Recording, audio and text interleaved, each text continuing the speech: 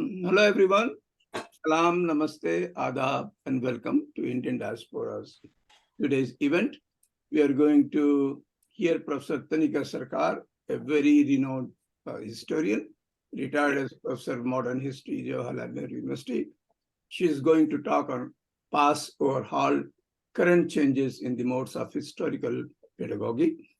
She will be introduced formally by Professor Arunima Gopinath, a professor at the Center for Women's Studies, Jawaharlal Nehru University, as well as she is a director at Kerala Council for Historical Research.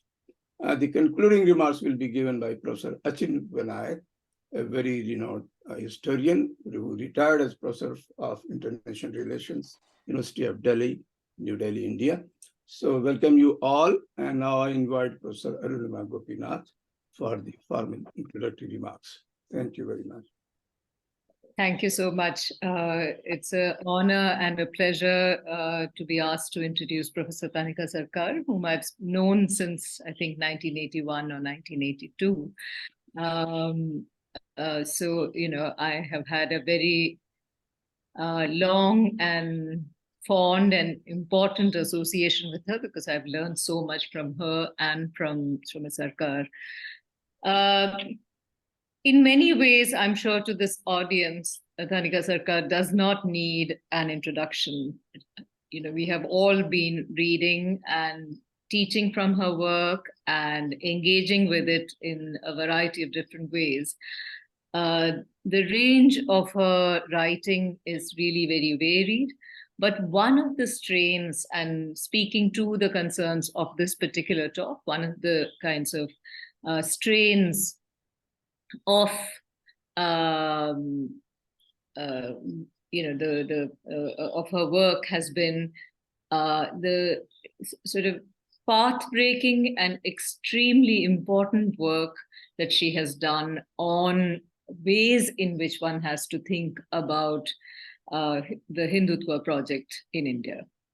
And starting with the collective work that came out a very long time back, called Khaki Shorts and Saffron Flags, which I still recommend to students as a first book that they might want to read, because there's so much that now is sort of circulating in the cybersphere. From that to the kind of really, really important pieces that she has written, and fortunately now it's all been collected and put into different volumes on engaging different aspects of the Hindu right and its growth, complicating the ways in which one thinks about gender, particularly in her work on women and the Hindu right, therefore thereby not sort of being able to sort of create a simplistic kind of image about right-wing movements. And more recently, she has actually been writing about history textbooks and history teaching and so on. And I think that this particular paper that she's going to present to us relates to those kinds of concerns in Tanika's engagement with the ways in which the sort of the project of creating a Hindu nationalist sort of common sense, if you wish, through these kinds of interventions that the RSS has been doing in a steady and consistent way for decades together.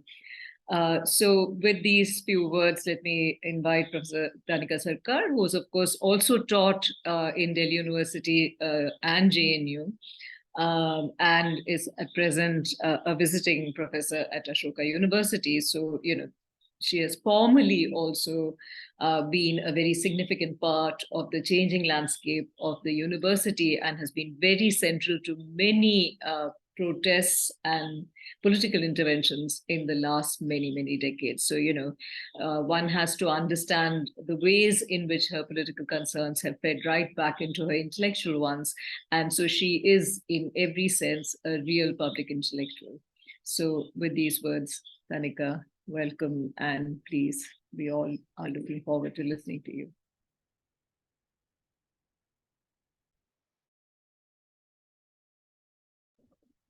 Should I? Yes, please. Come in here? Okay. Please.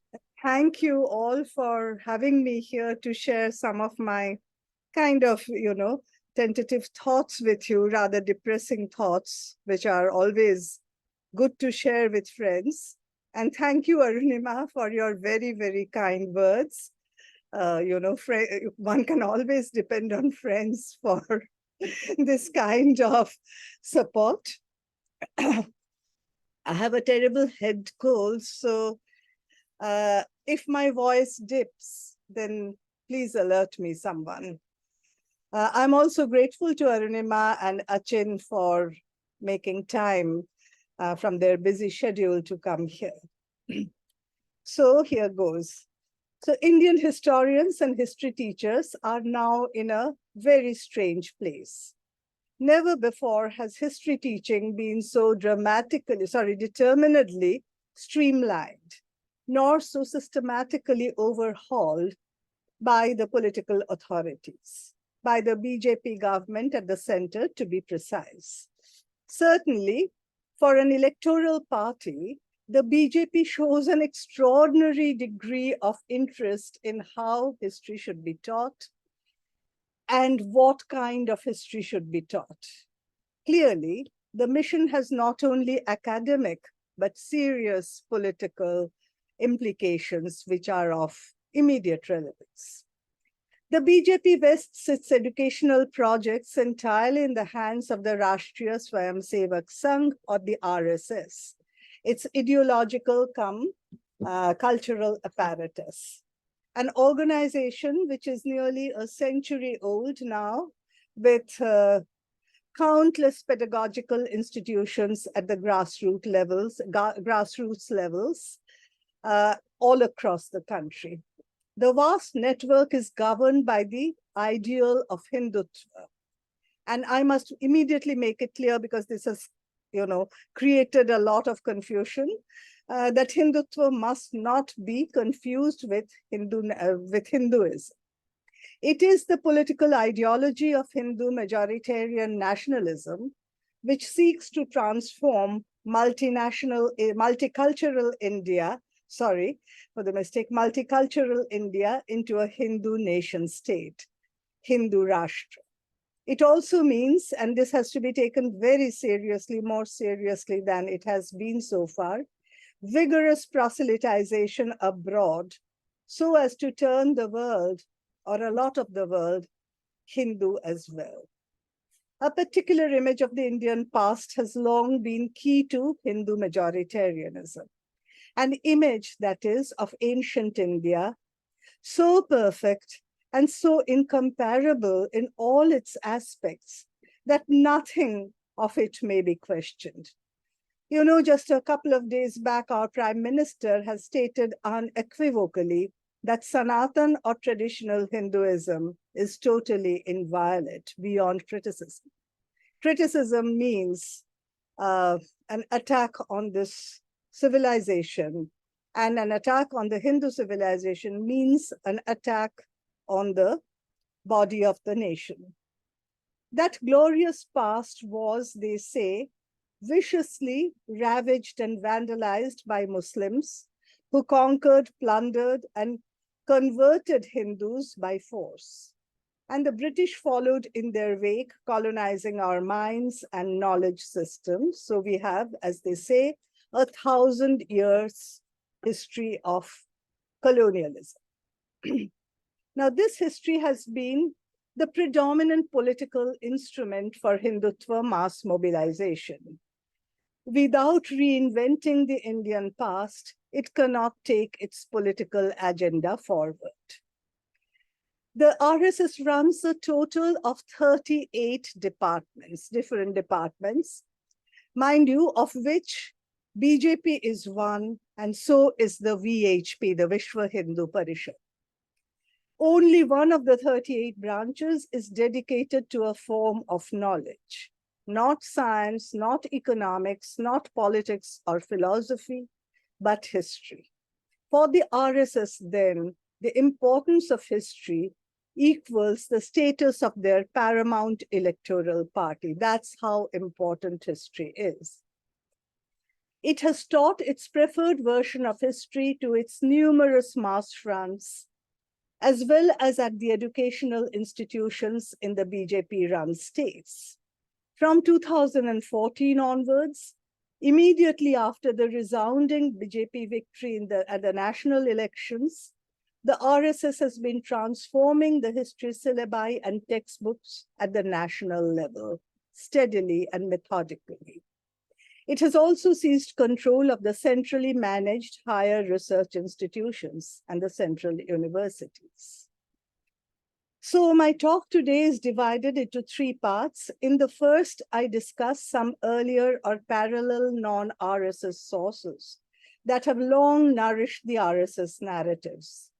Second, I briefly outline the broad lineaments of Hindutva's history, which go back a long way, and I'm sorry, I think current changes is something of a misnomer. And I come to those changes in conclusion when I indicate a few of the recent shifts in the formal educational curricula.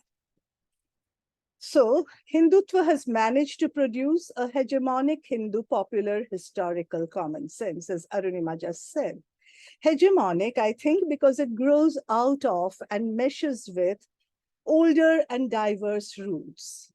If Islamophobia, which we all know is a core lesson, the demonization of Muslims actually goes quite far back.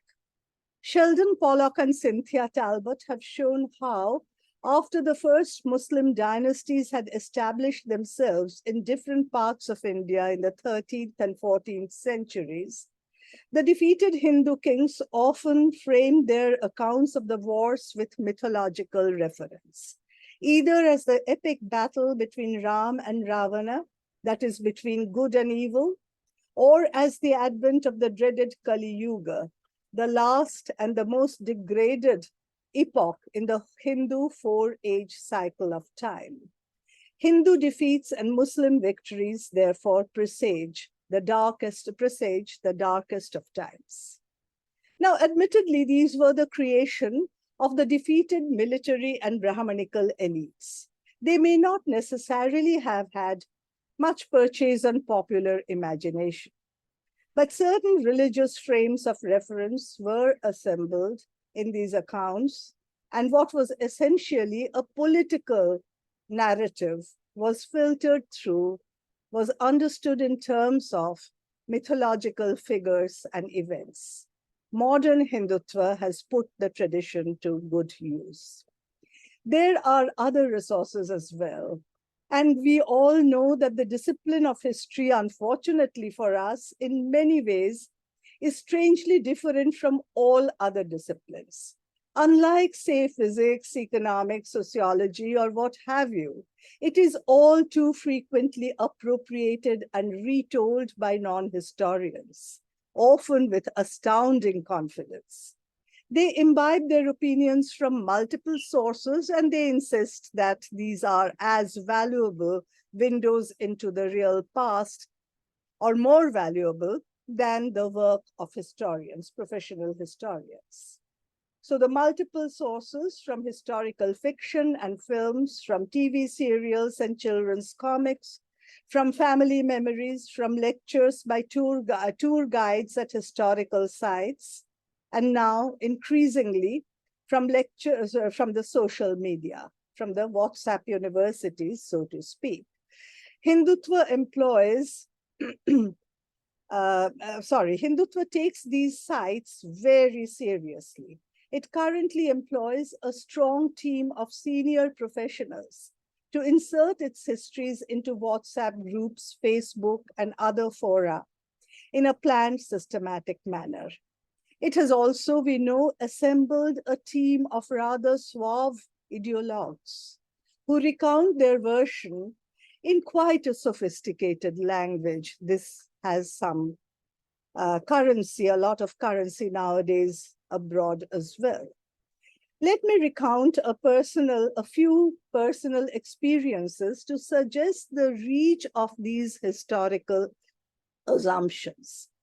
As a young child, I had read and reread Bangla historical tales in the Bengali language for children, about terrible Muslim conquerors who ravaged the heroic Rajput and Maratha kings in late medieval times. These included Abanindranath Tagore's beautifully written Tales of Rajput Maratha Wars and Sharadindu Bandyopadhyay's captivating stories about an adventurous Maratha child hero in Shivaji's army who easily outwits the Mughals. As a young adult, I breathlessly devoured historical novels by the literary giants Bankim Chandra Chattopadhyay and Ramesh Chandra Dutt. They describe Muslim kings in the blackest of colors and their Hindu royal opponents. And the Hindu royal opponents were bathed in glory. I read them because of their masterly prose and their narrative power, their beauty and strength of language. And I do not really regret reading them. They were classics of their sort. Because my family was secular, I read them as gripping fiction and not as actual history, nor as something that continues in the present. Not so for many of my friends who were also reared on the same readings. And the readings had many supplements with much else besides. Our generation was abundantly fed on rousing, stirring family memories about Muslim violence and Hindu resistance during the partition riots of 1946-47, as also by pathetic tales of displaced Hindu refugees. Even if these experiences were authentic, they were entirely selective, they were one-sided. We heard not a whisper about matching Hindu aggression and Muslim homeless refugees. We were school children when large-scale riots broke out in 1964 in Calcutta. These were actually pogroms for the first time, not really riots. When the news of the outbreak first reached our school, a very intelligent classmate, then barely 12 years of age, quipped, "This is the third Muslim invasion. The first was the Mughal one, the second was during partition, and now this one." She could immediately situate the current crisis within a long-term historical perspective. She knew, even before the riots had properly commenced, that communal violence always comes from Muslims. The 1964 riots could therefore easily fit into the mold of eternal Muslim aggression, producing a past continuous. And producing that past continuous has been a central agenda for Hindutva history that drives their politics of the present. Our history textbooks written then also helped. Not written by communal historians per se, they nonetheless patterned Indian history in a particular manner. The ancient so-called Hindu period was a time of great empires and wonderful civilization, without any mention of Hindu caste and gender practices, of course. The late medieval so-called Muslim period was one of foreign invasions, wars, forced conversion, and temple wrecking, though Akbar was admittedly a sole exception. There was nothing about the great art and literature of those times, nor about the multifarious religious activities among Hindus, Muslims, Sikhs, and nothing at all about the world of Adivasis. The colonial period, on the other hand, was presented as Renaissance time, when Hindus managed to recapture their ancient glory and eventually overthrew colonial rule. There were important lessons in this pattern for the students. They grew up to identify Hindu kings as Indian patriots, who apparently strove to free their beloved country from foreign rule. Whereas, if we think about it, actually they were kings fighting for their own realms, for their own power, for their patrimony. They did not realize that all empires, be they Hindu, Buddhist, Muslim, or British, all empires require conquests, wars, bloodshed, cruelty, and that oppression did not characterize Muslim empire building alone. They could not have possibly known that the foreign designation routinely inflicted on Muslim dynasties is bizarre. From the moment a Muslim invader founded a kingdom, the dynasty invariably settled down here, and no Muslim ruler ever possessed any other homeland outside India, outside this country, nor did they send money, soldiers, laborers, and prophets outside of India, nor exclude non-Muslims from the highest posts in the civil and military bureaucracies. By no stretch of the imagination, therefore, they were foreign or colonial rulers. This is much the same history that the trained tourist guides tell at important historical sites. All defaced sculpture, wherever they may be, were apparently mutilated by Aurangzeb. Quote unquote, historical films like Padmavat repeat the themes with enormous audiovisual power. They add flesh and blood to the communal texts, and that past easily flows into the present. Padmavat and Kashmir Files share similar visual tropes about Muslim tyranny and cruelty. What the RSS and its fronts teach as history falls, therefore, on an already prepared ground, on well-irrigated, fertile soil. Exactly a century back, V.D. Savarkar had defined Hindutva's core dogma. He did not engage with religious doctrines. Instead, he formulated a history of religious communities in India. RSS shakhas, or daily training centers, have been circulating it since 1925. Their schools began to teach it systematically from the early 1950s. While plans for installing it at formal educational and research institutions were put together in 1973. We have, therefore, an enduring pedagogical tradition.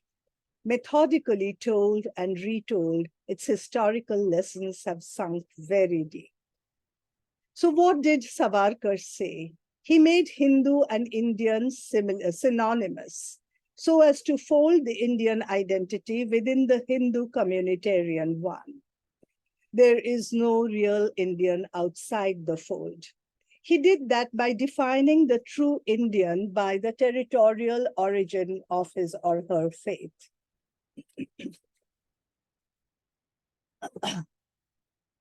They could not be Indians if the faith was born outside the, if their faith was born outside the country. Hindus alone can therefore claim a sense of belonging to the country. Their culture constitutes the rational essence. Who are the Hindus?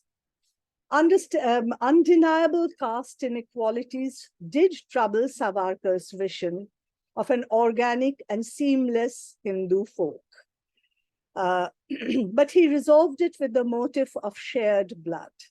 Despite caste endogamy, he says, the blood of all castes have actually mingled over the centuries through miscegenation, thereby making the Hindus one family, one people, despite the hierarchies. Which family does not have hierarchies of age and gender? At one stroke, then, caste iniquity is invoked, but it is also left behind in a brilliant parallel move. What about the non-Hindu Indians? He concluded that they are not actually Indians, and I quote from him, "We Hindus are bound together by the common heritage we pay to our Hindu culture. In the case of Mohammedans or Christian countrymen, though Hindustan to them is fatherland, yet it is not their holy land." Punya Bhumi. The territorial origin of one's faith thus becomes the litmus test for national identity. A strange test, I think, because if we take this seriously, there can be no Christians in the West nor Muslims outside of Arab countries. How did India become the land of Hindus? Why were non-Hindu Indians rendered exiles in their homeland? Savarkar says, again, I use his words, that Aryans founded new colonies, his word, through conquests. His Hindu nation then is founded on imperial conquests, on the colonization of indigenous people. Exactly what he accuses Muslims of doing. Though there had been foreign invasions in the past, the real danger, he insists, came from Muslims. I quote again, these new Islamic enemies not only aspired to crush the Hindu political power, but they also had a fierce religious ambition, many times more diabolic than their political one. These millions of Muslim invaders from all over Asia fell over India century after century with all the ferocity at their command to destroy the Hindu religion, which was the lifeblood of the nation. End of quote.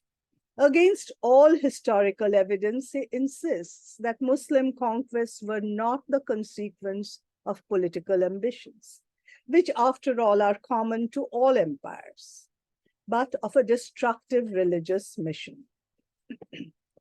The worst and most persistent sin of the Muslim is, one guess, the rape of virtuous Hindu women. He starts with Muslim kings and Hindu queens, but soon, and note this carefully, he begins to talk in terms of all Muslims, Muslims in general. I quote again, it was a religious duty of every Muslim to kidnap and force into their own religion non-Muslim women. Muslims considered it their highly religious duty to carry away forcibly the women of the enemy side, so as if they were commonplace property, to ravish them, to pollute them, and to distribute them to all and sundry, and to absorb them completely in their fold, which increased their number. End of quote. He even blamed Hindu kings like Shivaji for not abducting Muslim queens, which might have been a deterrent. So he gives the alleged Muslim lust a doubled political function. Abducted Hindu women enhance Muslim populations in two ways. They are forcibly converted to Islam, and they bear Muslim progeny. His words, we know, still enjoy enormous popular currency. And our own times have added a fresh spin. Muslims breed prodigiously, we are told, because they alone are still allowed 4 wives. The logic, of course, defies basic arithmetic, because no matter whether 4 different women are impregnated by one man or by 4 different men, a woman bears only 1 child at a time, and neither male monogamy nor male polygamy makes the slightest difference to that. These rape tales circulate decade after decade, fattening on different temporal contexts. In the process, epic medieval and partition times mingle effortlessly with recent allegations of Muslim quote-unquote love jihads. Though Hindu and Muslim men had abducted women in perfect numerical symmetry during partition times, Hindu rapes are neatly and entirely excised from historical and personal memory. Rape becomes a defining feature of all Muslims and of Muslims alone. It's important to look at the skill with which Savarkar crafted his texts. His words are highly charged, they throb with overpowering emotion. Sheer passion overrides the absence of evidence, of historical research, of cool logic.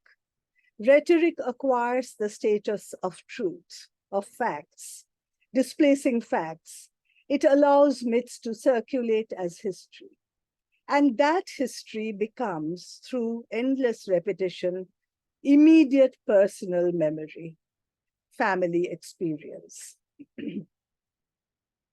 In the process, the words wipe out a complex history of multifaceted inter-community intimacies and conflicts, of wars as well as alliances among Hindu and Muslim kings, of shared culture, language, work, and everyday realities of ordinary people that cut across religious divisions.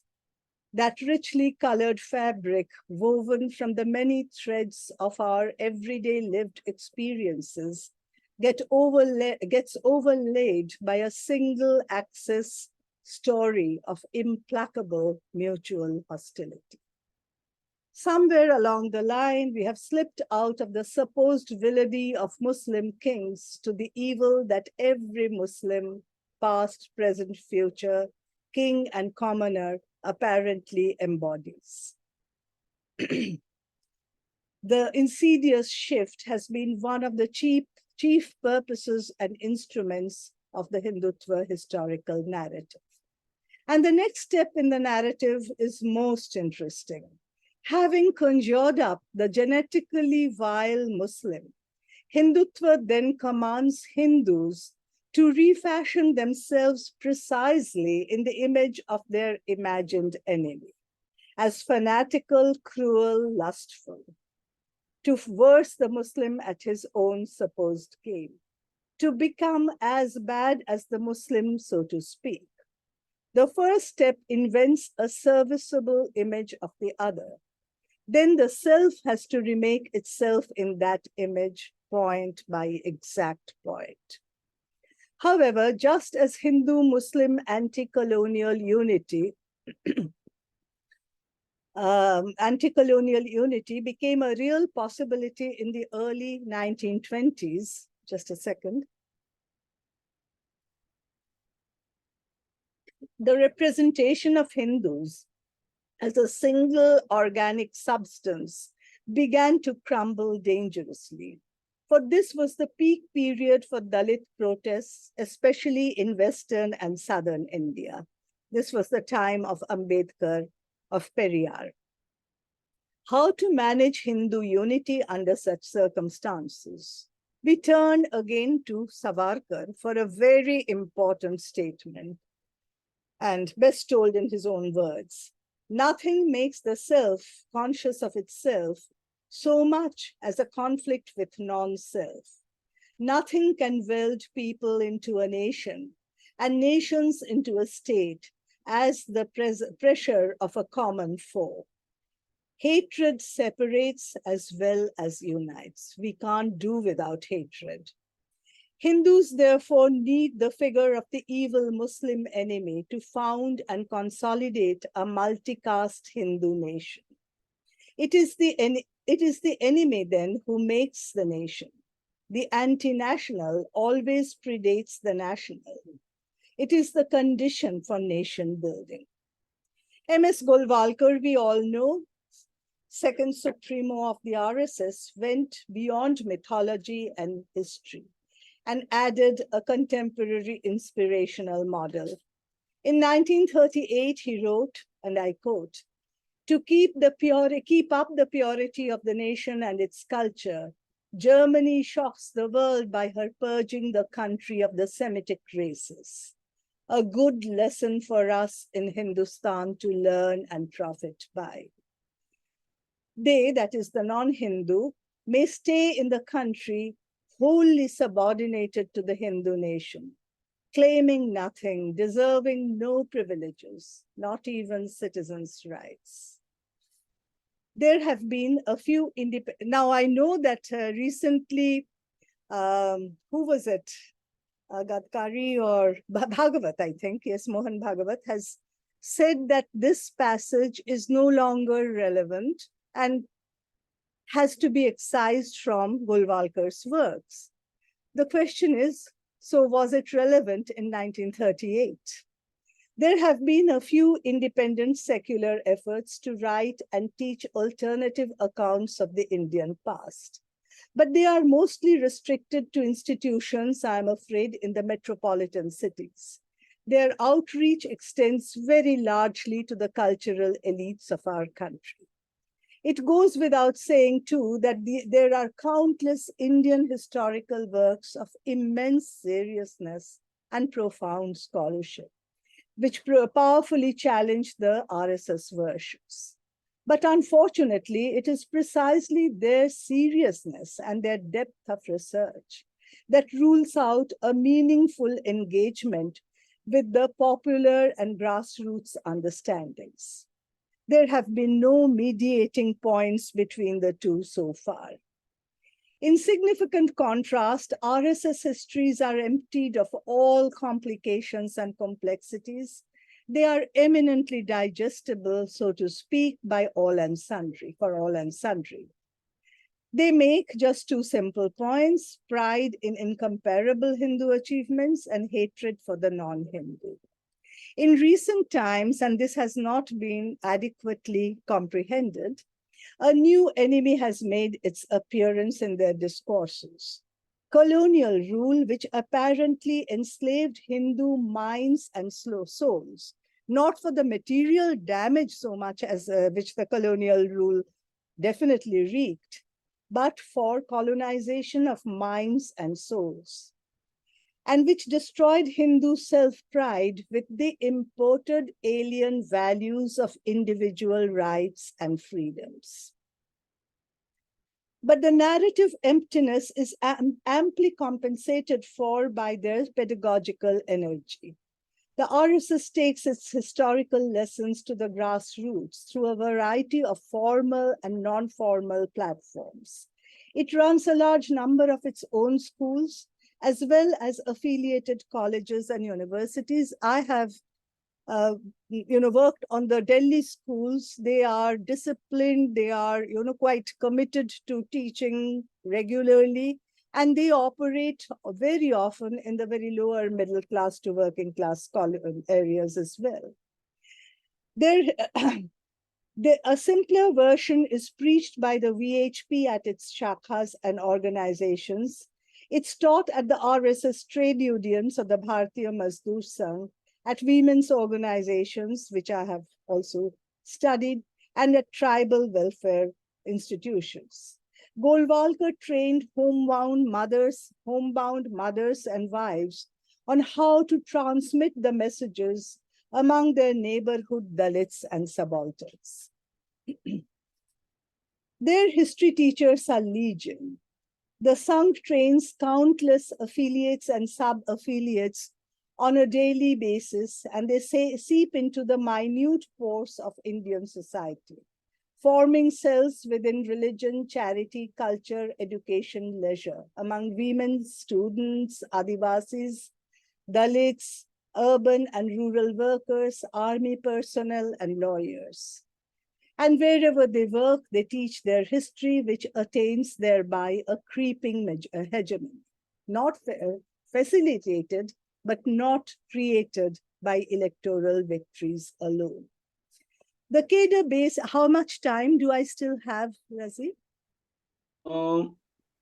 I can go ahead for another 15 minutes. Oh, that will be enough. Thanks. The cadre base is superbly trained in proselytizing methods. As every fieldwork-based study makes clear, they are ready to work far from home for years, for very little salary, in places where they may live in great discomfort. The proclaimed RSS mission is man-making, which precedes nation-making. Thus educated, the cadres then train with equal thoroughness the social segments they work with. The first RSS primary school, Saraswati Shishu Mandir, came up in 1952. Middle and secondary level schools were added later. The RSS now runs the largest school, for a long time has been running the largest school chain next to the government schools. There is also abbreviated schooling for remote areas, for tribals, for slums, for farmers, and so on. Hundreds of Samskar Kendras disseminate moral education in remote, inaccessible areas. Whatever their different forms, they all teach the same history. Orko Kumar has a splendid study of their work in Nagaland and Tripura. It shows an immense flexibility in what the cadres may impart at different locales and in diverse socio-religious contexts. How do they incorporate the subaltern social segments when they do not address issues of social inequality at all? The Akhil Bharatiya Itihas Sankalan Yojana, ABISY, RSS-run research centers, collects, as Daniela Berti shows, oral myths at places like Kulu in Himachal Pradesh from Adivasis. They locate similar ones in Brahmanical myths and claim mutual affinity and common origin. And then they gradually engross the local indigenous myths into the Hindu cosmogony. The president of Kulu's ABISY is a lawyer who mobilizes what he calls local intellectuals, school teachers, astrologers, priests, sadhus, etc. for his cause. They interpret the lives of tribal gods and then show their analogies in the Brahmanical religious world. In Nagaland, as John Thomas shows, RSS outfits have worked closely from the 1960s with the highly influential Ramakrishna mission. They organize Hindu festivals and historical conferences along with constructive employment generating programs for women and children. At Arunachal Pradesh, affordable Shaktipeeths or RSS schools have led attacks against the local churches from 1977 under the RSS-affiliated Vivekananda Kendra, which was set up in 1972. That brings us to a crucial aspect of Hindutva's pedagogic package. To mobilize, to influence deeply marginalized people, we need to give them something they need, something they do not have access to, something more than good secular words, which do not necessarily strike an urgent chord. So the RSS mass fronts have packaged their ideological messages with basic numeracy and literacy for people who otherwise are immune from even this. The Congress, in contrast, let go of its grassroots institutions, the Gandhian rural ashrams, soon after independence. Left parties did have mass bases and multiple fronts, but they never developed a comparable, highly trained permanent cadre base equipped with a powerful ideological and pedagogical mission. Nor did they try to develop educational institutions outside the states where they hold power. Even in their own states, they did not generate their own educational content. I speak for Bengal, maybe Arunima can enlighten us about Kerala. From the 1970s, a major break occurred in historical pedagogy. A set of serious history school textbooks came to be written by some of our leading historians under the National Council of Educational Research and Training, NCERT. Authors included figures like Romila Thapar, Satish Chandra, Vipan Chandra, and others. Secular, left nationalist, and based on the serious scholarship that these scholars represent, the textbooks were nonetheless not pedagogically very exciting. They aim to impart secular anti-imperialist values to young minds, but they gave little thought as to how to make the past come alive for young students. The NCERT textbooks that entered the market from 2006-07, right after the UPA came back to power, were in contrast based on long and hard thinking about how to make history relevant and interesting and meaningful to students. A group of front-ranking historians and teachers assembled to rethink and reorder history teaching at school level, and they took their responsibility very seriously. Not only were the new textbooks based on absolutely solid and sound knowledge, they also sought to make history exciting and relevant to the students. They revealed many different pasts of rulers and subalterns, of men and women, of high and low castes. They strove to weave Indian history into a larger fabric of global happenings. And they developed excellent accounts of non-Indian histories from different countries. They placed boxes called quote-unquote elsewhere adjacent to the main text for revealing contemporary non-Indian developments in order to make the students aware of interconnections, exchanges, as well as similarities and contrasts with world events. Above all, they refined the pedagogical appearance for history teaching with rich visual matter, with interestingly told events from the past, to illustrate the richness and diversity of different historical epochs, as well as their conflicts and contradictions of caste, class, and gender. And they also explain the methods of historical investigation and analysis. They brought history closer to the everyday experiences of students, sometimes describing labor processes and relations, sometimes introducing themes that are immediate to their concerns, histories of clothing and food habits, of print culture, literature, sports, as well as of political struggles and mass movements. The project was completed only after prolonged discussions with students and teachers from many parts of the country. Recently, these textbooks are being slowly transformed into their very opposites, and the process is going on.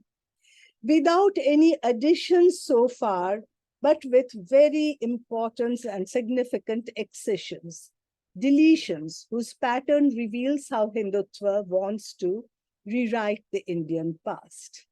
In the name of lightening the work pressures for the students, they have taken certain chapters or great chunks of chapters out of the previous textbooks. It is highly instructive to track the logic of their selection. They have omitted the chapter on global history of Islam almost altogether. They have also taken out references to Brahmanical knowledge and caste inequalities and inequities as much as possible, as well as sections on caste protests. The history of Mughal times has been shrunk to practically nothing, even though the earlier version had already reduced the segment on Mughal dynasts and imperial fortunes.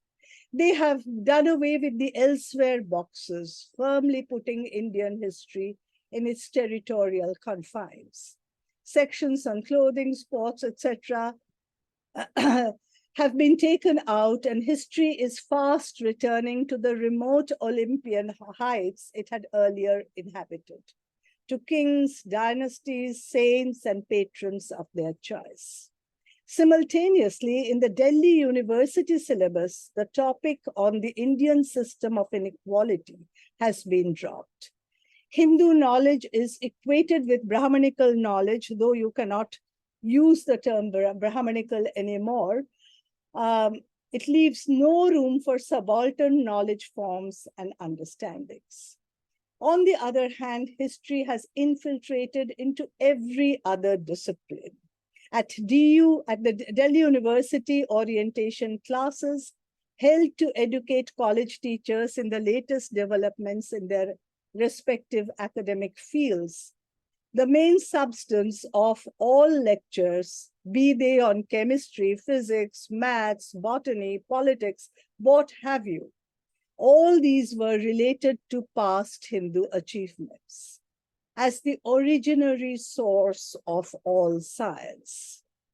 To put it in a nutshell, then, Indian history has become Hindu heritage studies. So far, these are excisions and not additions of their own. But given the nature of history they teach through their formidable range of formal and informal education, we can easily guess the gaps, how the gaps will be filled up. We can also guess the shape of the new history from the do's and don'ts that the political authorities now prescribe. What we can mention, what we must never mention. To conclude then, a Hindutva sense of the cultural past with its toxic mix of ethnic pride and ethnic hatred pervades the project, but it is so deftly woven into a strong fabric of much needed charity that it proves irresistible. For far too long, we have ridiculed the constructions of the past that Hindutva passes off as historical facts, and we were right to do so. They can be disproved only too easily. We have condemned them as dangerous hate campaigns, and we are perfectly justified to do so. What we never recognized was the energy, the passion, the thinking that went into the transmission of these accounts. It puzzles me beyond the electoral fortunes of the BJP. We are just not interested in understanding how the entire network that upholds the BJP strength actually works on the ground. We do not want to know our adversary. We just want to condemn, which is the easiest thing to do, and which we must do, but we should also understand. It is the medium that counts for their success rather than the message. But since the medium is incredibly assiduous and pervasive, the message, I fear, may have become hegemonic. I know I'm not supposed to, we are not supposed to be pessimistic, but I can't help it. And it breaks my heart because just at this point of the history of historical research in our country, our students and young scholars are breaking new boundaries, breaking new grounds as never before. They are now researching areas of interest that we could not even imagine as topics for research. And I just do not know what is going to happen to them and to their work. Thank you. Thank you for your patience, and thank you for asking me to be here. Thank you so much. Quite revealing, the way you expose all that was really very informative, very revealing. Let's hear Professor Achin Vinayak for the concluding remarks, and after that we will go for the question and answer session. Achinji. Yes. Yeah. Thank you for Dr. Riazuddin, and thank you, Tanika, for a brilliant and very powerful presentation, which in my view is all too accurate. I want to start by taking up some of the crucial themes that you pointed out, and then say something about the existing political project, which is indeed similar to certain respects with the project of Zionist Israel. I'll come to that later. Tanika, you raised a very, very important point when you talked about the hegemonizing character of Hindutva. And when you talk about the hegemonizing character of Hindutva, the way in which it has been able to construct a particular common sense, very importantly, this was possible because the ground, as you point out, at least as I understand it, was the cultural ground in many ways was already to a certain extent well irrigated by those who do not see themselves as Hindutvaites or ideologues of Hindutva, but nevertheless contributed to a particular understanding of India's past, of the so-called tolerances of Hinduism, and of course, to a whole lot of other areas which had overlap with the view about the special character of Hinduism and India and the importance of Hinduism here. You also pointed out that very crucial to this hegemonizing project was their mass implantation in civil society. And this, of course, is absolutely correct. There is no far-right force anywhere else in the world that has had a similar continuity of over 95 years. There is no force in India, and it has no comparison in any other country, of the network, the RSS VHP Extra network, its implantation in Indian civil society, and the cadre base which is had in order to project a particular understanding. And that suggests that if you're really going to succeed in defeating this, it's not just on the electoral level. Far more important is what we'll have to do over the next coming years at this level of civil society in order to oppose that here. So this and that is very important. And you pointed out, of course, that they have carried out a pedagogy among the marginalized.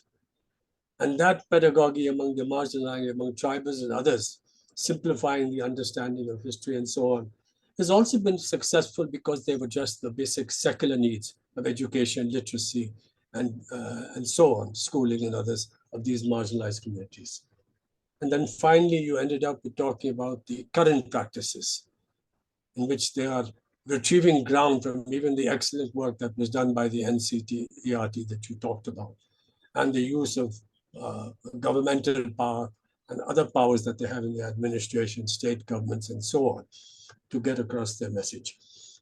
You started off by saying something very important, and that is that Hindutva is a political ideology. Yes, it is a political project to establish a certain kind of nationalism. And that is very, very important. The construction of history is for the purpose, political purpose of establishing a certain kind of nationalism, which is racist, which is exclusivist, and which is religiously supremacist. There is another construction of a similar kind of nationalism elsewhere, Zionist Israel, which is also racist, exclusivist, and religiously supremacist. And it is no surprise that Hindutva and Zionism see each other as having very close connections here. And what is very interesting is that both of them take resort to a particular construction of their past, which is what I really want to talk a little bit about before closing. Both go ahead with origin myths. In the case of Israel, the Israelites and the Jews were the original inhabitants, which of course is not correct. Even the Old Testament points out that, well, before them, you had the Jebusites, you had the Canaanites, and you had the Philistines, Philistine. Arabic word.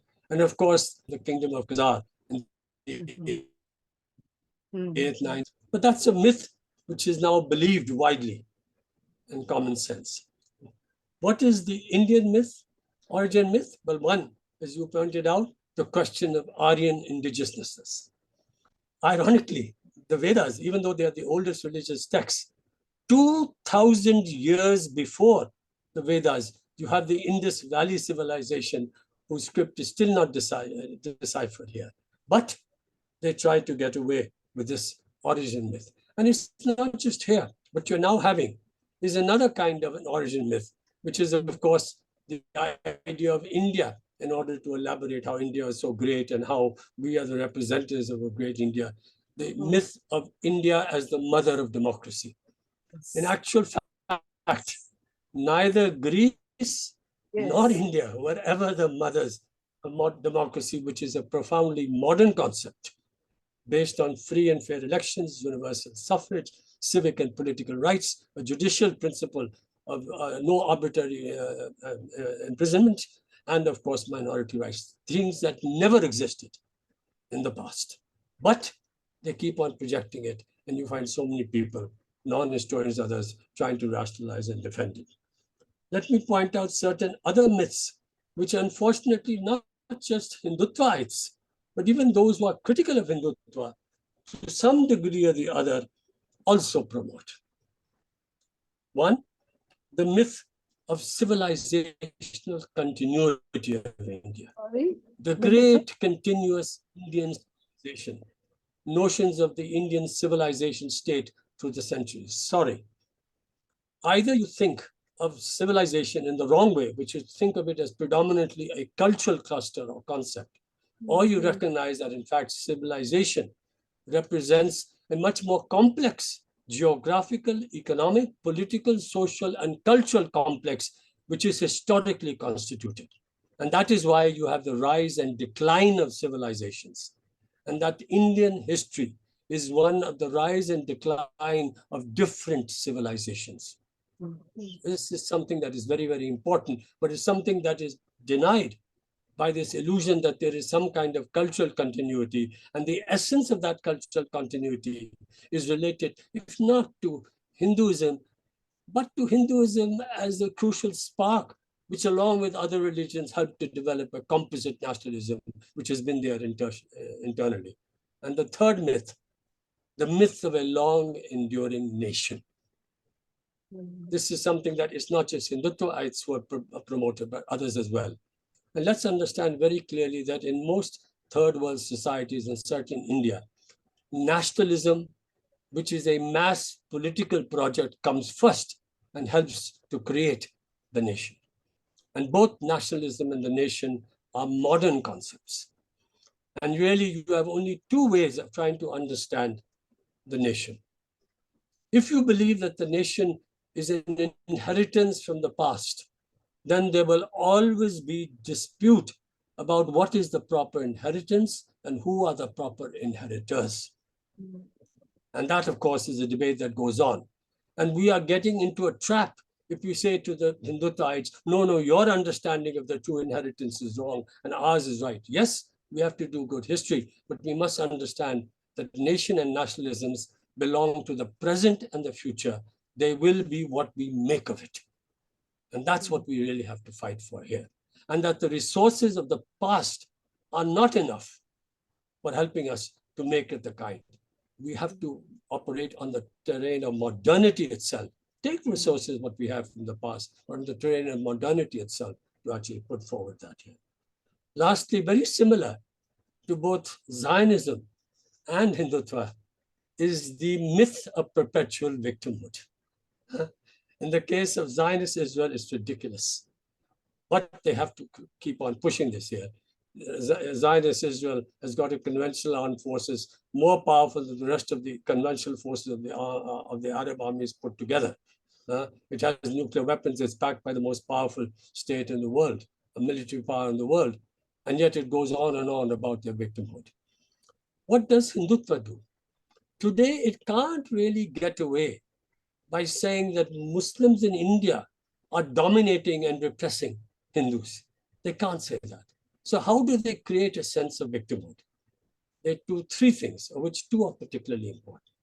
One, they play the politics of historical revenge. But that is there. Look at what happened 1,000 years ago, blah, blah, distorting it, etc. But that's one. The second trope, which they use, but not so powerful, is to talk about appeasement and the special privileges that Muslims are getting in India, etc. It's like those white supremacists in the US who talk about how special privileges are there for the racists, for the blacks and people of color. Do you really think that they're so advantageous that would you prefer to be one of them in India today rather than being a Hindu? This is ridiculous. And the third, which Tanika pointed out here, is the creation of fear. It's not enough to play the politics of historical revenge. You have to play and generate fear. The patriarchal notion of love jihad. Patriarchal because, of course, it's about Muslim men with Hindu women. If it's Hindu men with Muslim women, well, they're coming to our fold, as it were. That land jihad, population threats, Islamic terrorism. Look at the use of words. Have you ever heard of Christianic, Hinduistic, Buddhistic, Sikhistic terrorism? Of course, there are Christian, Muslim, Buddhist, Sikh, and all kinds of secular terrorists. But when you say Islamic, you're actually connecting a faith to terrorism in a way that you don't do for others. And this kind of language itself, which has now become common sense and is used by even anti-Hindutwaites, is itself an indication of how deep, in many ways, that whole project has gone on itself here.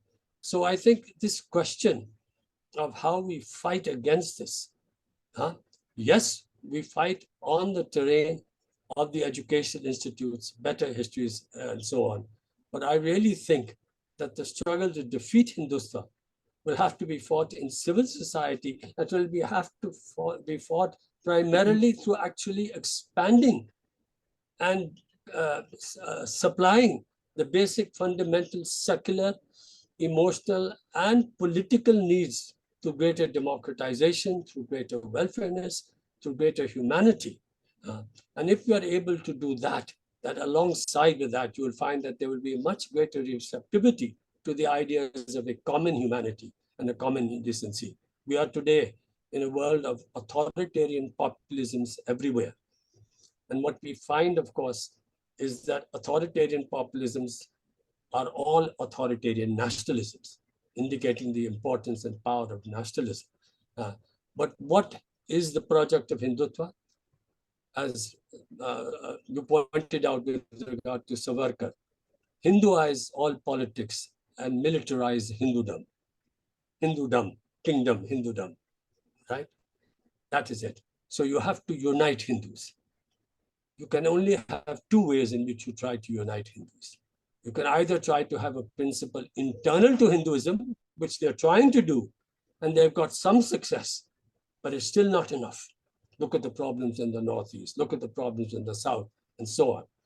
But the other one, which is more effective, is that of finding a principle of unification external to their understanding of Hinduism, which is, of course, scapegoating Christians, communists, and above all, Muslims.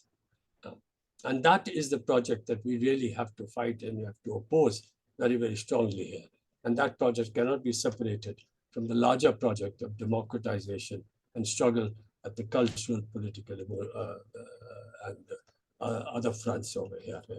But thank you, Tanika, for an outstanding presentation. I look forward to reading it in full, because I think it is also going to provoke lots of people to go further along the points that you have made and to develop more research and insights, and that we have to construct a truer, more accurate history alongside our project of constructing a more humane and universalist nationalism. Thank you. Thank you so much, Professor Vinayak. And before we go to question and answer mode, here is coming week's talk.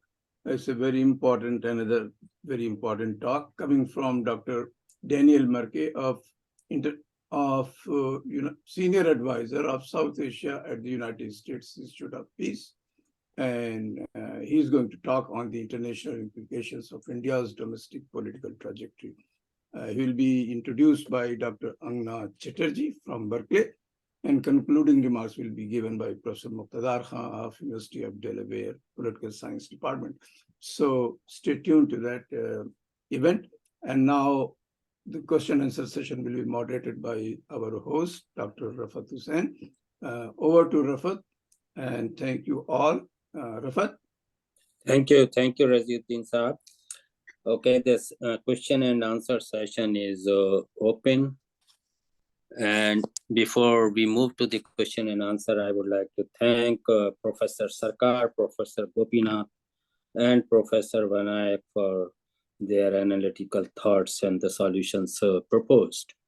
So there are two options of asking the question. You can raise a digital hand, or you put your question in the chat box, or you show your interest, and then I will follow the chat as well as the digital hands. So first hand is raised by Imtiaz Saab. Please go ahead and mute yourself.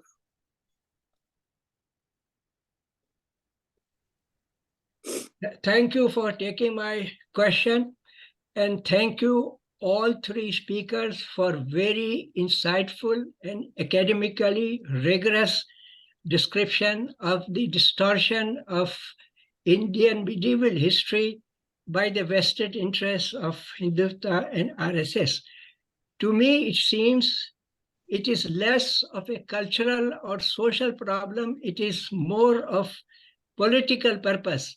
And the political, I put down a three-part question in the chat box, and the first part is that there is a political purpose for it, and they are succeeding. They are demonizing Muslims, dividing the Hindus from the Muslims and consolidating the Hindu vote.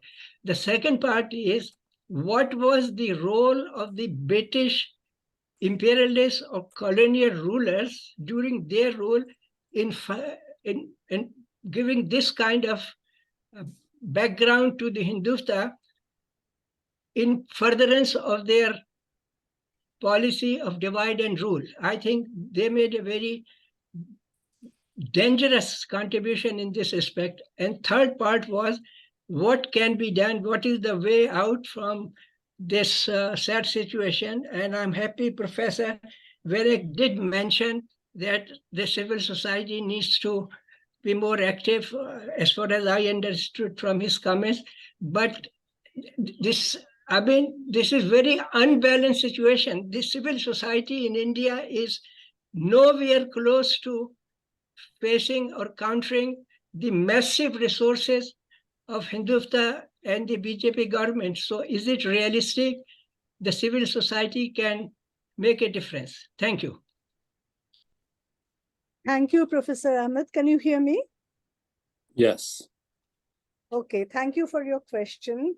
I think the cardinal part, I see another question, what is the way out? And as I said, it is terrible. It's a terrible thing to say, but right now, I'm not sure that there is a very clear-cut way. Of course, we should try to do whatever we can to expose, to construct alternatives and so on. And I'm very happy to see such initiatives coming up here and there, vernacular language, small, easy to read books being composed on controversial subjects, showing them in a different light and, putting the controversies in perspective, not in a very combative way, but in a very easy, flowing, narrative manner. And there are schools coming up, in different areas with very creative and innovative projects to counter the RSS influence at that level.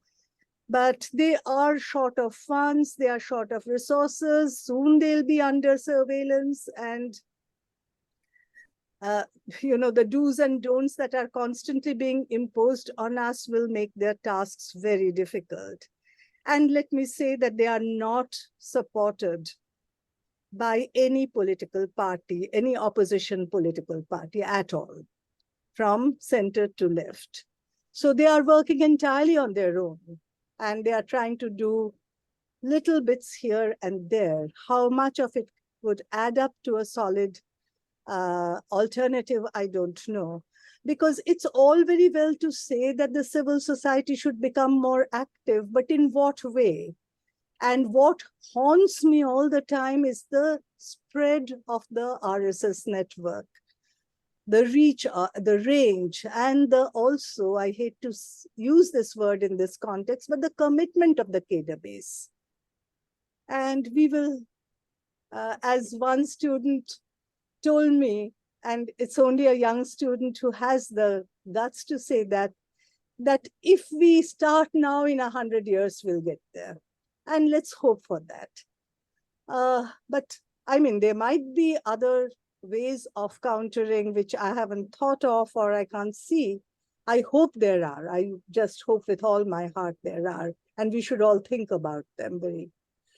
As for your question about the British role, of course, the British did what any ruling power does.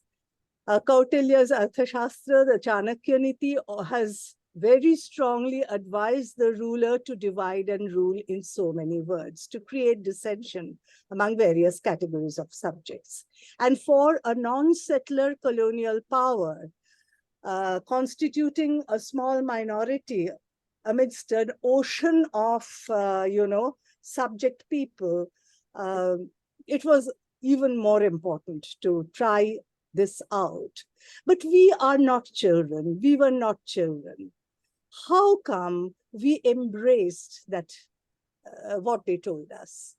that we immediately started thinking in terms of Hindu, Muslim, and not Christian, but British period, modern period, etc. Why did we do that? There was a politics behind it. There was a mindset behind it. And the two came together. So we can, and we often say, and it's true enough once again, that the British played a role, and an important role at that. But we just stop with that. We just stop at that. And thereby we externalize the problem that actually lies within us. And this is a problem that both Gandhi and Tagore fully acknowledged. Gandhi said that, you know, there was no reason why we should have just fallen into that trap unless we wanted to. And Tagore said that evil cannot find a way into our hearts unless we have already opened a door for it. So I think we should look at ourselves for a change and not simply say that the colonial state was to blame. We can take that by now, after 100 years of that being said, we can take it for granted. We can just, consider it as being said and go further than that, not disown that, or hide that, but go further than that. Yes, Thank sorry. You wanted to continue, or you are done? The I'm first done.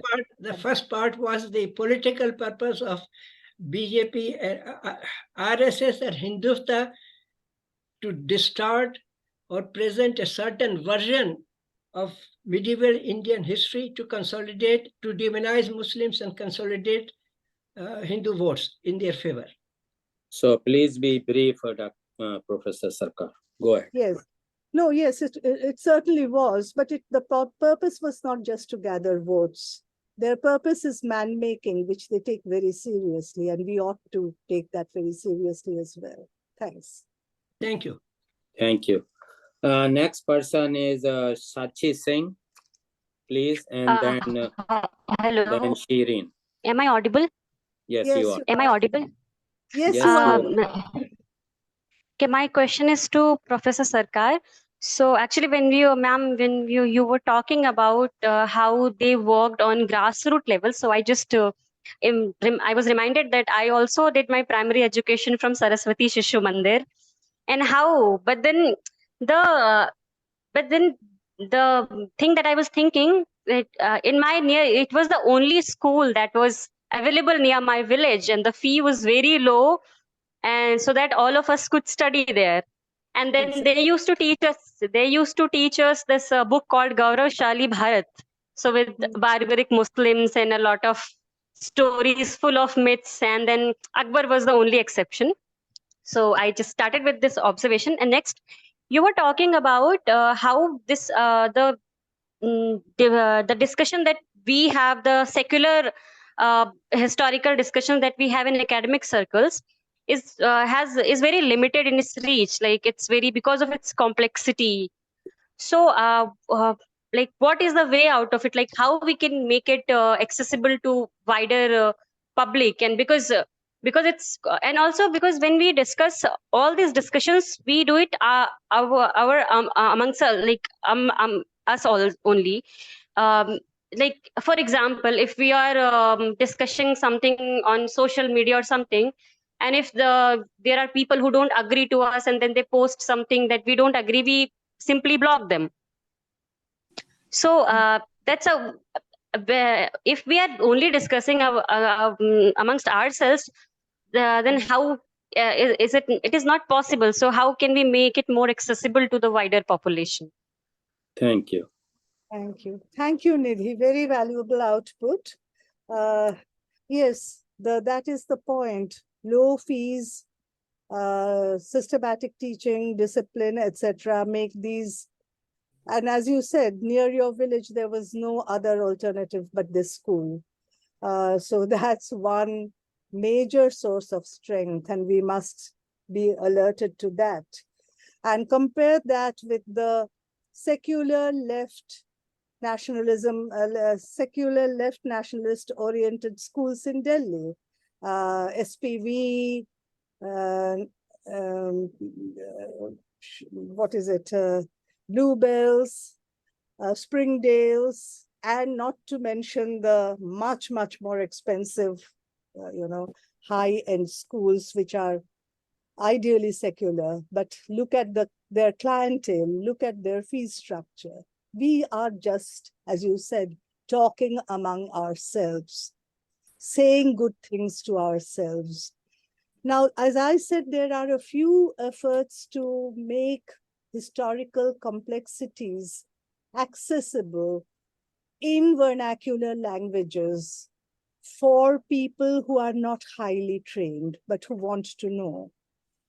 The NCERT textbooks that I just mentioned are a good example of that. I think they're an excellent example of that, but there are others. And the more these proliferate, the more we can counter what the RSS is doing. It's an urgent necessity. Thank you, Professor. Shireen, please. Ji, thank you so much, DC Diaspora Forum, for another very informative program. Thank you, Dr. Tanika Sarkar, for an excellent presentation.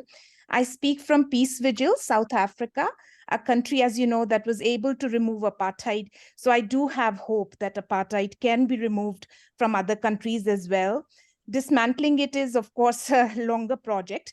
But my question to you, a researcher and educator that you are, is that despite the grave situation, what are some specific things that the sympathetic people outside India can do? If there are any concrete asks that you can list, even if there are only a couple of things. And the other thing I want to ask is that in South Africa, for example, during apartheid, whatever educational policy we had, the books we had, somebody actually, not somebody, but a lot of people documented it. Is the same being done for NCERT books prior to the changes that were made? So, like the good NCERT books, the ones that you talked about, 2006, 2007, because they're being removed. Is there a project that is actually, safeguarding those books so that we can look back later on, people who haven't seen them, and compare with what has been done? Thank you so much, ma'am. And I really appreciate, whatever you told us. Thank you. Thank you, Shireen. Thank you, Shireen. Important questions. And as you say, South Africa does give us hope up to a point. But as Achin was saying, this right-wing project, this apartheid project goes back almost a century and very persistently, always working on the ground among many institutions. So its strength is probably more deep-rooted.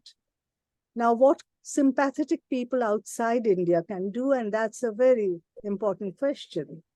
And I think it is important to work among the Indian diaspora systematically, dispelling the work that they are doing. The diasporic project of the RSS is very old. They started in certain West Indian states from the 1940s, from the 1960s. They struck branches in England and in the US and so on. They have been working assiduously to mobilize this segment.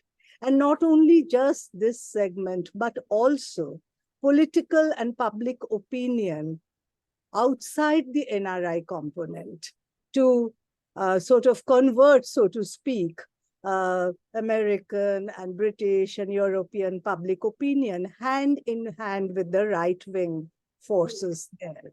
And we don't know much about these connections, but a lot of their glossy publications, for instance, come out of European countries.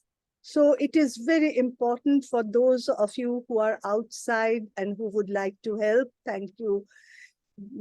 You could start by looking at what the diasporic Indians are thinking, doing, what is being said to them by you. Try to counter that. And the NCERT textbooks are online still. The unrevised, unabbreviated NCERT textbooks are online, and that's another thing you can do is to, all of us can collect them online and circulate them among, students now, student people now.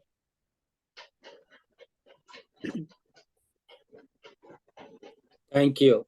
Thank you so much, Also, as Thank- Imtiaz ji is saying, Professor Ahmed is saying, apartheid in South Africa was from a minority section. In India, it's from the majority population.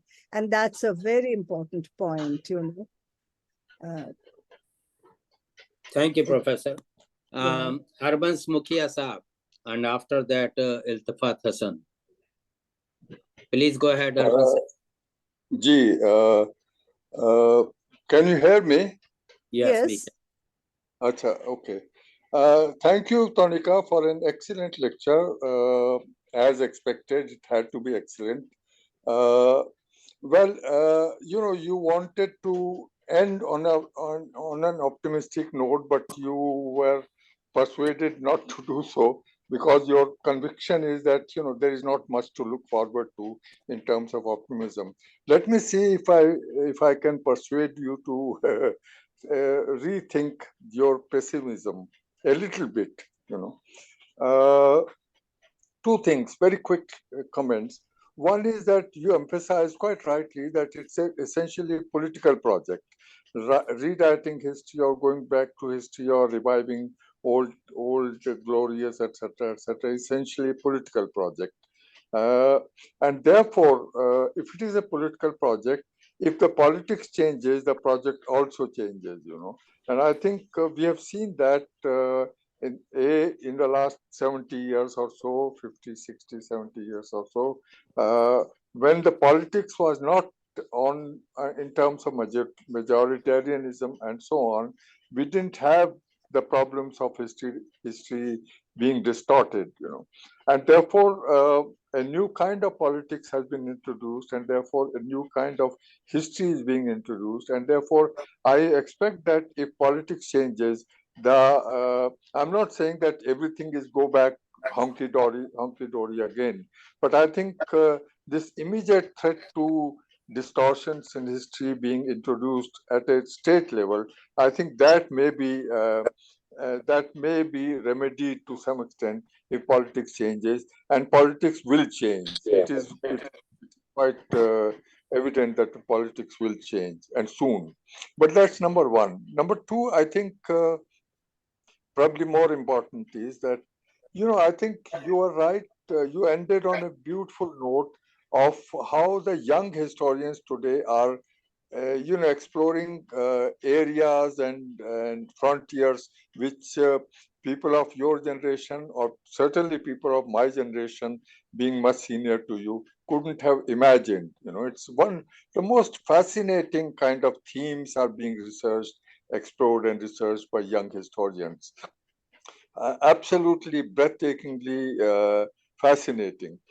And my impression is that, you know, at the professional level, at the level of students, even undergraduate students and postgraduate students and research students and teachers of history, BJP, etc., this BJP's Hindutva project hasn't really made a great impact. The professional professional students of history and historians, they have preserved the integrity of their discipline. They haven't let go of the integrity of their discipline, the norms of the discipline, the modes of analyzing history, etc. They still remain. They still stick to the norms of the discipline of history. And therefore, I think at the professional level, I'm not really, I think history will survive very well. History has survived other threats earlier also, not only in India, but also outside India. History will, where also history was distorted by regimes, history will survive. As a discipline, history will survive these distortions. You know? So I think there is some hope for the discipline of history, irrespective of, in spite of the assaults on it by the current regime. I think as a discipline, I think I am not so pessimistic as as you seem to be. I hope you'll share some of my optimism. Anyway, thank you very much, Tanika, for Okay, thank you. for, Thank you for your First, thought. very bless you for saying that the politics will change very quickly. I live for that day. But I don't think this was entirely a electoral project, that the politics sure, will sure, change, along with electoral change, which we look forward to. sure, I understand that, but Uh, there's but, also the immediate kind of context, you see. yes. Uh, And I was trying also to point out that much before they came to power, talking of my early youth and childhood, we read a very different kind of history. Maybe not very communally charged openly, but the patterning was something that kind of fed into Hindu ethnic pride and Hindu ethnic hatred in some ways, directly or indirectly. So this has I was reading some Bengali local histories from the 1860s, and I see a very similar pattern. So I'm just trying to alert ourselves to a much wider range of historians and history teachers who are operating outside our circles of professional historians. Professional history will survive here or abroad, I don't know, because where are the jobs for the really good research students? I talk to them, I find them in despair. Will they ever get a job? Will they get a fellowship? Will they be able to continue research? Will they, now that MPhil is gone and PhD, places even in the metropolitan universities are so restricted, how can they do research, etc., etc. So there's a crisis even within that, a crisis of bread and butter sort. Yes, I mean, I do hope, and I'm sure, like you are, that we have reached a stage in historical finesse, let's say, which is not easy to scrub out, and somewhere or the other it will survive. But it won't survive or sort of thrive as it was just a few years back. And remember, we are at a stage which is just beginning. A certain kind of historical common sense now being backed by the highest powers that be. And we have no idea what it is going to do to us, professional historians. So Thank you. there is okay, a very thank you. question. May I just ask Samina, I think, sorry, let me just go up. Yes, Samina Siddiqui. Samina, secular left traditions in India, how inclusivist and exclusivist were they when to work with? I really don't know, that the school textbooks in left-ruled West Bengal, and the left was a ruling force at state level for the longest time in West Bengal, they do not give me any hope. The stereotypes were there, the history was flawed, pathetic factual mistakes were there, it was boring and dull to the nth degree. So I don't think they even took public education seriously. As I said, Arunima may enlighten us about Kerala. I do hope it's somewhat different or considerably different, but how inclusivist and exclusivist were they? For instance, this kind of myth that in 1906, the Muslim League asked for separate constituencies, and that was the beginning. And that led directly to partition, irrevocably to partition. That kind of myth still persisted there. And I've been to left organized seminars recently where, the person, very well-intentioned person, genuinely wanting to know how the RSS operates, seeing it as a danger. But he began the introduction by saying that we Indians are not jihadis. We are universalists. We are, our Vedas, our Upanishads are universalists. So this we and they somehow came in. Not somehow, very obviously came in. And I also heard that don't we need dictators after all? Of course, this communalism is bad, but without dictatorship, there cannot be advances. So I think the Stalinist legacy dies very hard, even in the best of our political circles. And I see more hope in the independent left initiatives, secular initiatives, outside the orbit of party influence. I do hope the parties take them seriously. Thank you. Next person is Iltafat Hassan, please. Yeah, thank you, Rafat, and thank you to all the presenters for an excellent session. In India, Modi and his government have become synonymous with this great economic success that we see. All of us, a sudden, India was a third world country, very poor, could not feed its people, is now landing a robot on the moon.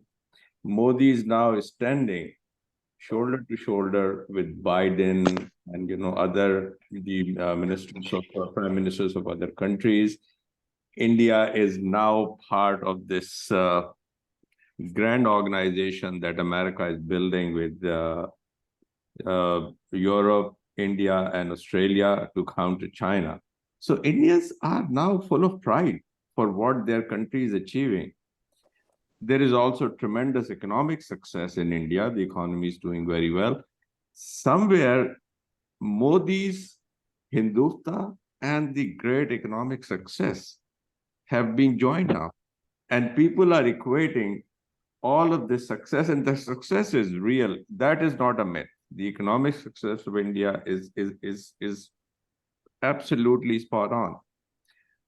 And that's why the Indian NRIs, and I travel to India frequently from the US, I see this pride in India on their government, about their government. So I see that defeating this economic success, which has been now conjoined with Hindutva, is going to be very difficult.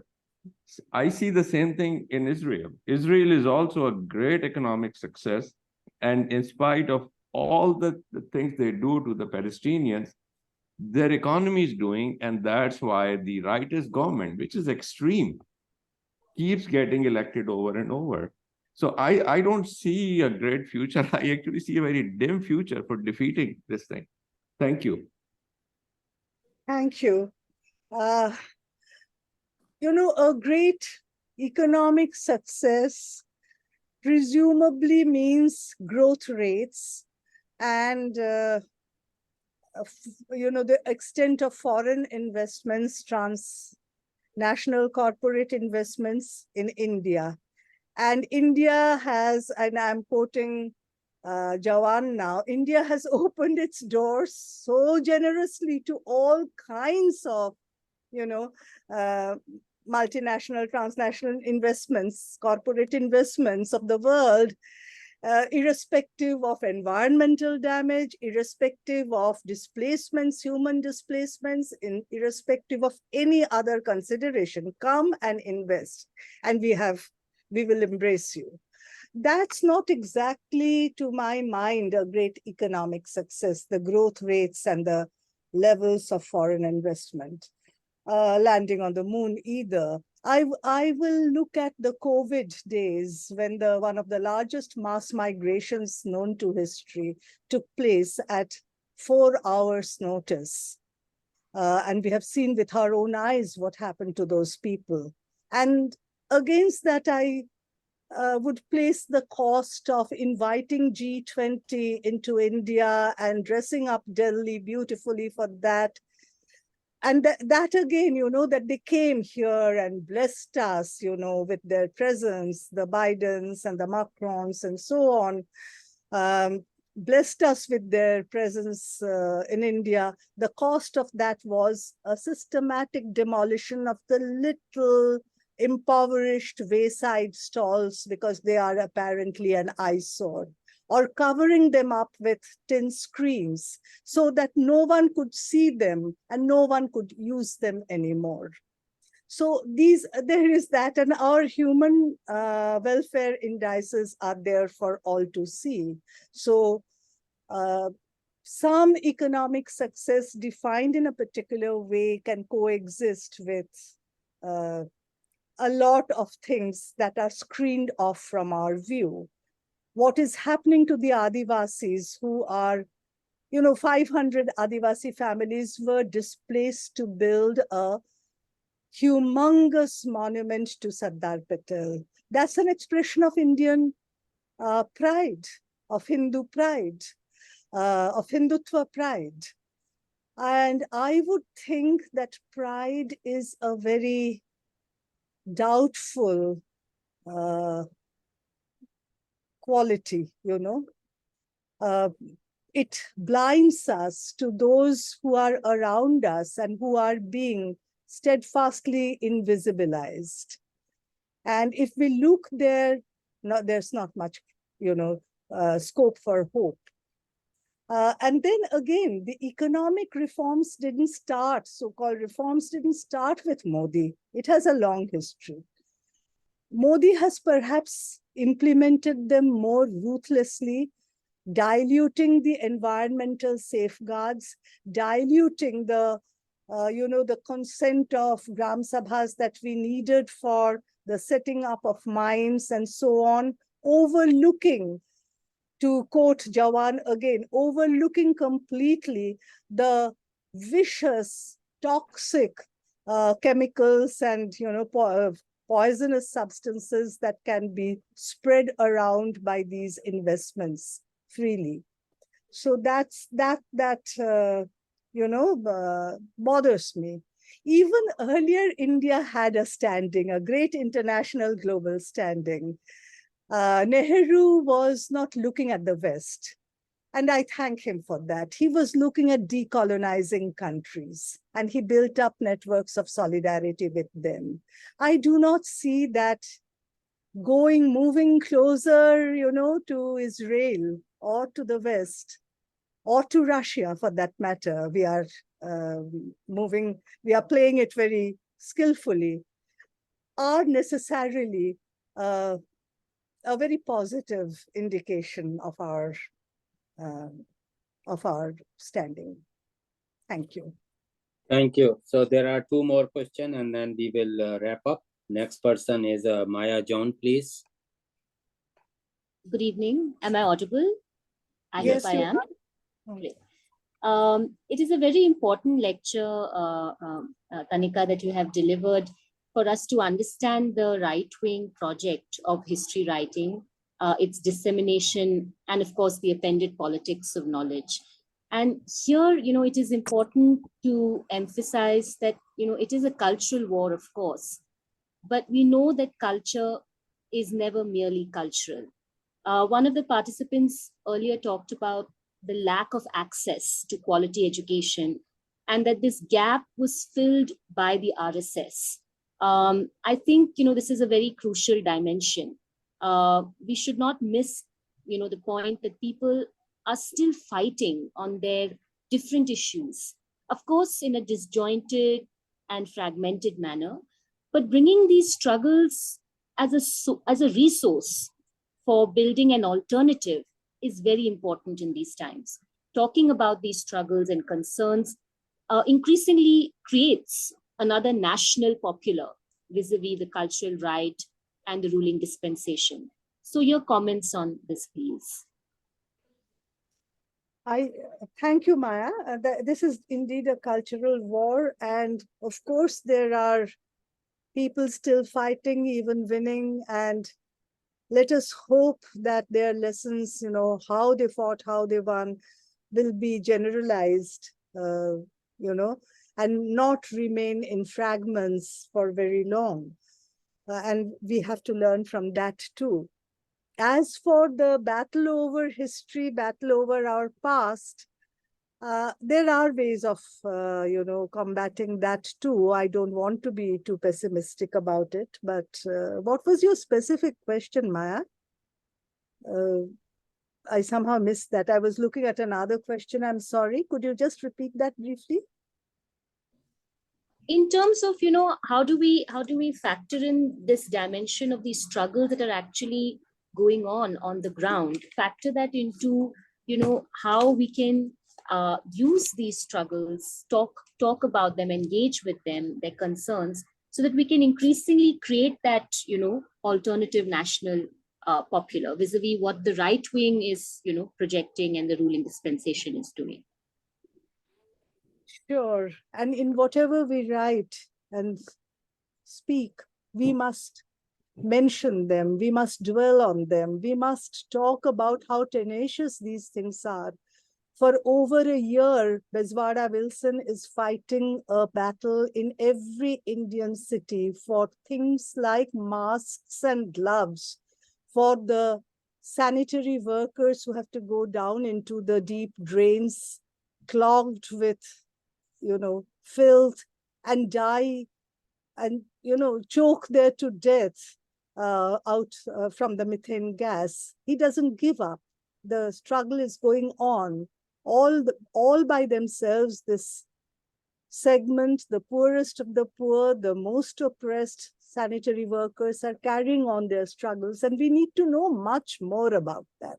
What gives them their staying power? And we must bring that into every discourse, not just talk about our, great alternative figures, Nehru, Gandhi, what have you, but about these heroes and heroines at the ground level who are not giving up. And that's the only way we can, link up. Yes, thank you. Thank you, Professor. The last question is from Ritu. How much credit for economic success goes to reforms started by Narasimha Rao, and how much credit goes to Modi government? That is the last question. Yes, Narasimha Rao started the, opened the floodgates and structural reforms and so on. And then the question comes up, and that came up very forcefully in 2014. What did Modi guarantee that exceeded what, say, Manmohan Singh and Chidambaram were doing before him? What was the extra mile he walked to get the support of the corporates? And there, I think, there's a link between what happened in Gujarat in 2002 and what happened in 2014. Modi proved himself to be the most ruthless leader, the most determined and most ruthless leader who would brush aside all obstacles towards his economic agenda, on the way to his economic agenda, which is opening up India to anything that comes from outside. Thank you. On any terms. Okay, thank you, Professor Sarkar, for handling all the questions beautifully. And now I hand over to Dr. Raziuddin. Thank you, Rafat. Thank you. And thank you all participants. Thank you all speakers. It was really very engaging, very revealing, and quite informative. As one of the participants, I think Shireen from South Africa asked, we in the diaspora who are limited in many ways for doing things on the ground there, we are quite open for things to do within our framework, but we are really not sure what should be the most effective way for our limited participation. Is it only financial, or is there something from here on the online networking, or is there like what I or we do here, like this Saturdays every week, bringing you and others like to expose this nature of the project? What should be the most effective way, doable way that we can do to counter here also. You know, the diaspora Hindutva is very popular here in the US and even UK. And also I have one problem. Though we say that these are the situation, but to tell you very honestly, most of us are quite affluent or well, quite well financial or educationally also, professionally. Even Muslim community here, I mean, there I can understand they are scared. Here, they're not scared. But really, they don't participate in the real sense.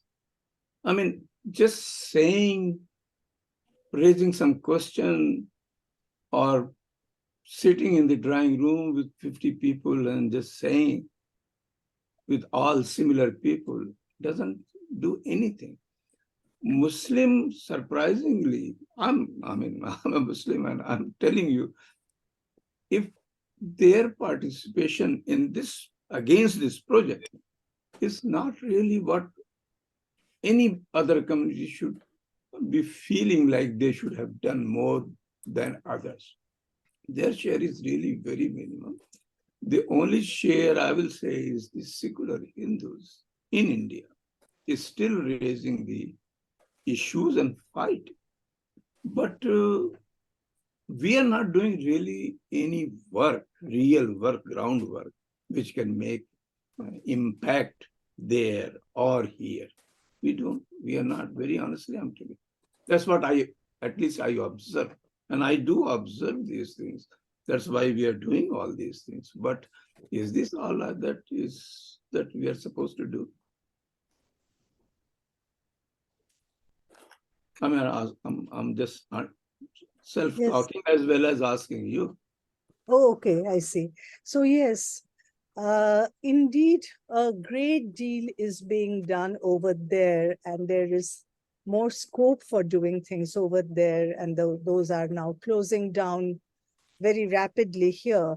You talked about financial help, and that has put so many NGOs into trouble. Now people are groups are voluntarily giving up their FCRA resources because that, that brings surveillance. So, but a whole lot of organizations like yours are doing so much, and that's something to look forward to, and I hope it will continue and expand.